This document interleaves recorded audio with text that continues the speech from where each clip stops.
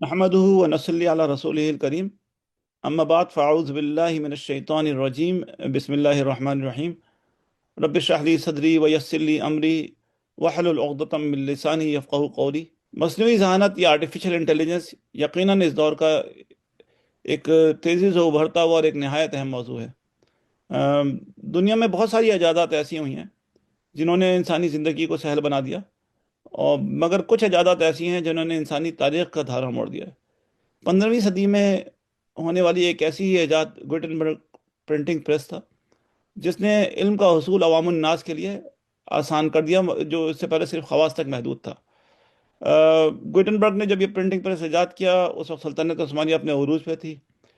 سلطنت عثمانیہ یوں تو کسی بھی نئی ایجاد کو اڈاپٹ کرنے میں بہت سے کام نہیں لیتی تھی، مگر انہوں نے بہرحال عربی زبان میں خصوصی طور پر پرنٹنگ پریس کے ذریعے طباعت پر پابندی لگا دی۔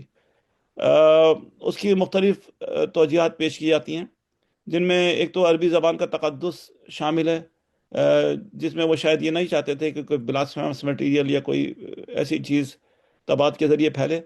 اور دوسری توجہ یہ پیش کی جاتی تھی کہ اس زمانے میں ترکی میں ہزاروں کی تعداد میں کاتبین موجود تھے، اور ان کی بے روزگاری کا خدشہ موجود تھا۔ بہرحال وجہ کوئی بھی ہو، لیکن اس امر سے انکار نہیں کیا جا سکتا کہ سلطنت عثمانیہ کے اس فیصلے سے نہ صرف سلطنت عثمانیہ بلکہ امت مسلمہ کو ایک ناقابل تلافی نقصان پہنچا۔ آ، بعد میں سلطنت عثمانیہ کو اپنے اس فیصلے پہ نظر ثانی کرنی پڑی، مگر شاید اس وقت تک بہت دیر ہو چکی تھی۔ میں یہ نہیں کہتا کہ سلطنت عثمانیہ کے اس فیصلے کے پیچھے خلوص نیت شامل نہیں تھی، مگر ٹیکنالوجی کے تیز رفتار ارتقاء کے سامنے بند باندھنے کی کوشش بے سود نظر آتی ہے۔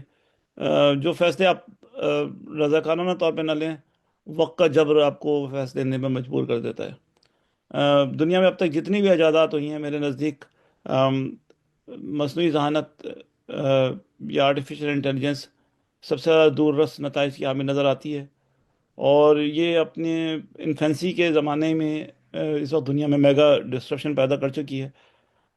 ہر شعبہ ہائے زندگی اس سے متاثر ہو رہا ہے، اور بقول یوال نووا ہراری، اب ہم انسانوں کی ایک ایسی کیٹیگری دیکھیں گے جو ان امپلائڈ نہیں ہوگی بلکہ ان امپلائیبل ہوگی۔ اس وقت دنیا میں جو بھی تبدیلیاں نظر آ رہی ہیں آپ کو، وہ انگریزی محاورے کے مطابق ٹپ آف دا آئس برگ ہی ہیں۔ ایلان مسک نے آج سے کچھ سال پہلے اپنے انٹرویو میں کہا تھا کہ آرٹیفیشل انٹیلیجنس کے ذریعے ہم ایک ایسے عفریت کو دعوت دے رہے ہیں جس کو ہم سمجھتے ہیں کہ ہم قابو میں کر لیں گے، مگر حقیقت اس کے برعکس ہوگی، اور یہ بات صحیح ثابت ہوتی جا رہی ہے۔ بہرحال اس تمہید کا مقصد یہ واضح کرنا تھا کہ آرٹیفیشل انٹیلیجنس کا جن جو ہے وہ بوتل سے باہر آ چکا ہے، اس کو واپس بوتل میں ڈالنا جو ہے وہ ناممکن ہے۔ اس لحاظ سے مصنوعی ذہانت کے استعمال اور عدم استعمال پر بحث لا حاصل ہے۔ یوں تو آرٹیفیشل انٹیلیجنس برسوں سے ہماری زندگی کا حصہ رہی ہے، جیسے وائس ریکگنیشن ایپ ہو گئی یا پھر گوگل میپس وغیرہ ہو گئے، یہ ہم لوگ برسوں سے یوز کرتے آ رہے ہیں۔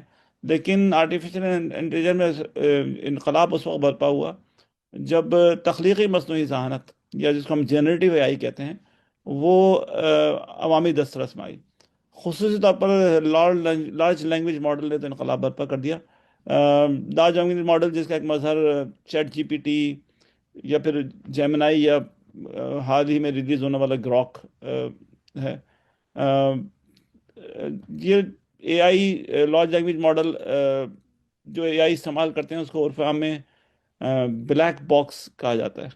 اس کا مطلب یہ ہے کہ آپ کو ان پٹ اس کا پتہ ہے اور ڈیزائرڈ آؤٹ پٹ پتہ ہے، لیکن اندر جو میکینزم کام کر رہا ہے اس کے بارے میں کہ آپ کو قطعاً علم نہیں ہے۔ اور یہ صرف آپ کو ہی نہیں بلکہ آرٹیفیشل انٹیلیجنس ڈیزائن کرنے والوں کو، ان کو بنانے والوں، ان کو بھی ایگزیکٹلی نہیں پتہ کہ کس بنیاد پہ آرٹیفیشل انٹیلیجنس یہ فیصلے کر رہی ہے۔ مثال کے طور پہ آپ چیٹ جی پی ٹی میں کوئی پرامپٹ دیتے ہیں، اس کا جو آؤٹ پٹ آتا ہے، اس کے پیچھے ریزننگ کیا ہے اس ماڈل کی، جو مختلف ماڈلز یوز کر رہے ہیں یہ لوگ، تو اس کی ایگزیکٹ ریزننگ جو ہے اس کو ڈیزائن کرنے والے کو بھی نہیں پتا۔ اسی لحاظ سے آرٹیفیشل انٹیلیجنس کو جو ہے اس کے خطرے سے وقتاً فوقتاً اس فیلڈ کے ماہرین آگاہ کرتے رہیں، اور شروع میں اس کو روکنے کی صحیح حاصل بھی کی گئی۔ اور اس خصوصی طور پہ اب چونکہ اس میں امریکہ اور چین جو ہے وہ آپس میں ایک کمپٹیشن کی فضا میں آ چکے ہیں، تو اب اس پہ ریورس گیئر لگانا تقریباً ناممکن ہو گیا۔ آرٹیفیشل انٹیلیجنس کو ایٹم بم سے خطرناک اس وجہ سے کہا جاتا ہے کہ ایک ایٹم بم دوسرے ایٹم بم میں ایجاد نہیں کر سکتا، لیکن ایک اے آئی دوسرے اے آئی کو جنم دے سکتی ہے۔ اب ہم جس دوڑ کی طرف بڑھتے جا رہے ہیں اس کو ٹیکنیکل زبان میں سنگولیرٹی کہتے ہیں، یعنی ایک ایسا دور جس میں آرٹیفیشل انٹیلیجنس یا مشینوں کی انٹیلیجنس بنی نوع انسان کی مجموعی انٹیلیجنس سے آگے نکل جائے، اور جس میں مشینیں جو ہیں وہ سارے فیصلے کر رہے ہوں۔ اب ہم آتے ہیں اپنے اصل موضوع کی طرف، یعنی ادبی اخلاقیات اور آرٹیفیشل انٹیلیجنس۔ تو سب سے پہلے تو ہم یہ دیکھیں کہ آرٹیفیشل انٹیلیجنس خود جس طریقے سے ڈیٹا کو حصول کرتی ہے، اس کا اپنا اخلاقی پہلو کیا ہے؟ کیا آیا یہ جو آرٹیفیشل انٹیلیجنس ٹریننگ کے لیے جو ڈیٹا استعمال کرتی ہے وہ خود سرقے کے زمرے میں آتا ہے یا نہیں آتا؟ اور اگر وہ سرقے کے زمرے میں آتا ہے تو کیا جو ہم آرٹیفیشل انٹیلیجنس کا ڈیٹا استعمال کر رہے ہیں وہ سرقے کا سرقہ ہے؟ جو لارج لینگویج ماڈلز ہیں وہ بیسیکلی جس ٹیکنالوجی پہ کام کرتے رہے ہوتے ہیں وہ ان کو ہم نیورل نیٹ ورک کہتے ہیں۔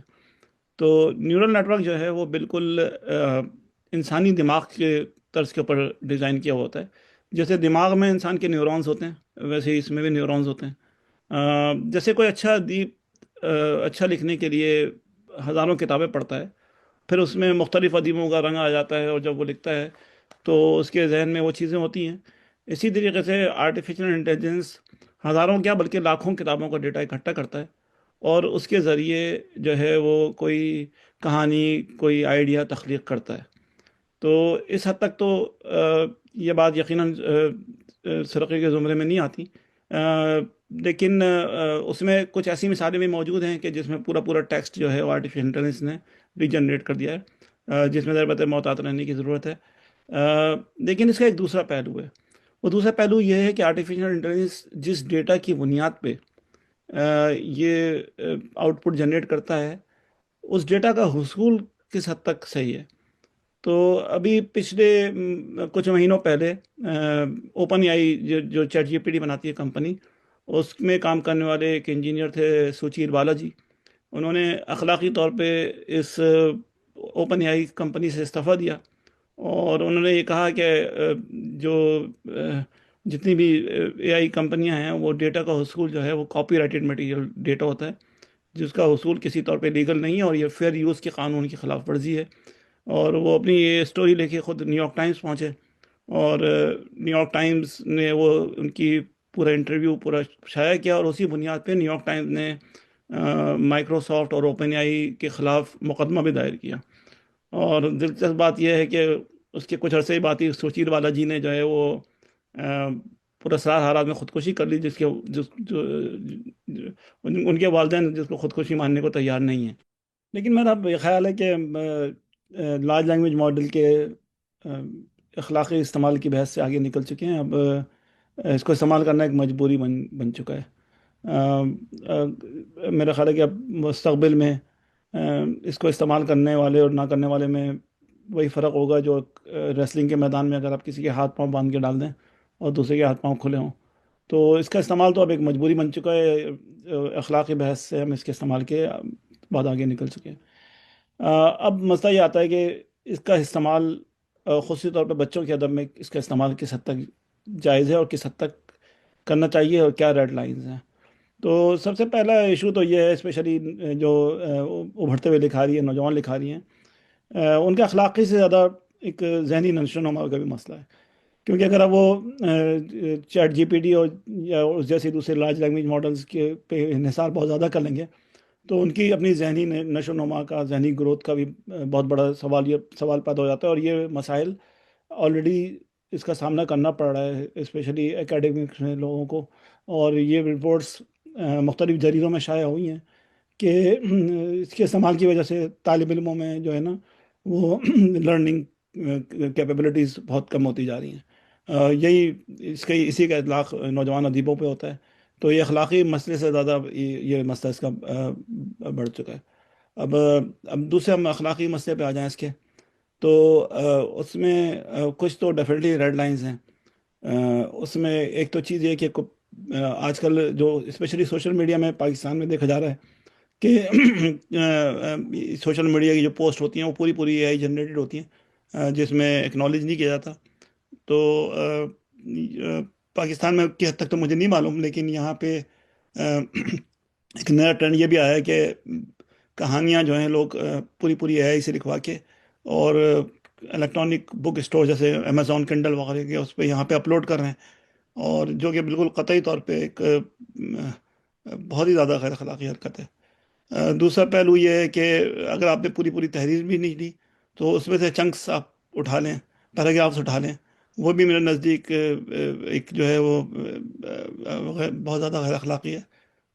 اب سوال یہ پیدا ہوتا ہے کہ کن صورتوں میں چیٹ جی پی ٹی سے مدد لی جائے۔ آ، تو اب مثال کے طور پہ زبان کی اصلاح کے لیے آپ اس کی مدد دے سکتے ہیں۔ کبھی کبھار آپ کو متبادل الفاظ کی ضرورت پڑ جاتی ہے، یا کسی خاص ایج گروپ کے لیے الفاظ کو آسان بنانے کی ضرورت پڑ گئی، جیسے اگر آپ چیٹ جی ٹی وی سے خیالات اور کرداروں کے خاکے یا کہانی کے اسٹرکچر کے لیے مشورہ دے سکتے ہیں، جیسے آپ اپنے ساتھی ادیبوں سے لے سکتے ہیں، ویسے اسی طرح چیٹ جی پی ٹی سے مشورہ لے سکتے ہیں۔ اچھا، یہ بھی ہے کہ کوئی سچویشن ہے، اس کی تکنیکی تفصیلات آپ کو نہیں پتہ، مثال کے طور پہ کوئی ایسا سینیریو ہے جس کی ٹیکنیکل ڈیٹیلز آپ کو ایز اے اس پروفیشن کے لحاظ سے نہیں پتہ، اس میں چیٹ جی پی ٹی سے مشورہ لیا جا سکتا ہے۔ اور کبھی کبھار انسان کو رائٹر بلاک ہو جاتا ہے، یعنی ایک مخصوص موڑ پہ کہانی کے آگے پھنس گئے اور آپ کو سمجھ میں نہیں آ رہا کہ آگے کیا لکھیں ہیں، تو اس کے جن کو رائٹر بلاک ہوتے ہیں ان کو پتہ ہے کہ دنوں ضائع ہو جاتے ہیں اس چکر میں، تو اس میں کہانی کو آگے بڑھانے کے لیے مشورہ لیا سکتا ہے۔ یہ ساری چیزیں جو ہے میرا خیال ہے کہ یہ جو ہے نا وہ اخلاقی زمرے میں آتی ہیں، تو ان چیزوں کے لیے ضرور مدد دینی چاہیے چیٹ جی پی ٹی کی۔ آخر میں ہمیں یہ سمجھنے کی ضرورت ہے کہ جنریٹیو اے آئی نہ کوئی مکمل خیر ہے نہ مکمل شر۔ یہ ایک طاقتور آلہ ہے جس کے استعمال میں دانش مندی، ذمہ داری اور اخلاقی بصیرت کی اشد ضرورت ہے، خاص طور پر خاص طور پر بچوں کے ادب میں، جہاں تخیل، اخلاقیات اور ذہنی تربیت بنیادی ستون ہیں۔ وہاں چیٹ جی پی ٹی جیسی ٹیکنالوجی محض سہولت نہیں بلکہ ایک امانت سمجھ کے استعمال کرنی چاہیے۔ یاد رکھیں، ٹیکنالوجی انسان کا بدل نہیں بلکہ اس کی معاون ہونی چاہیے۔ اگر ہم نے اس توازن کو برقرار رکھا تو اے آئی تخلیق کے نئے دروازے کھول سکتی ہے۔ بہت شکریہ۔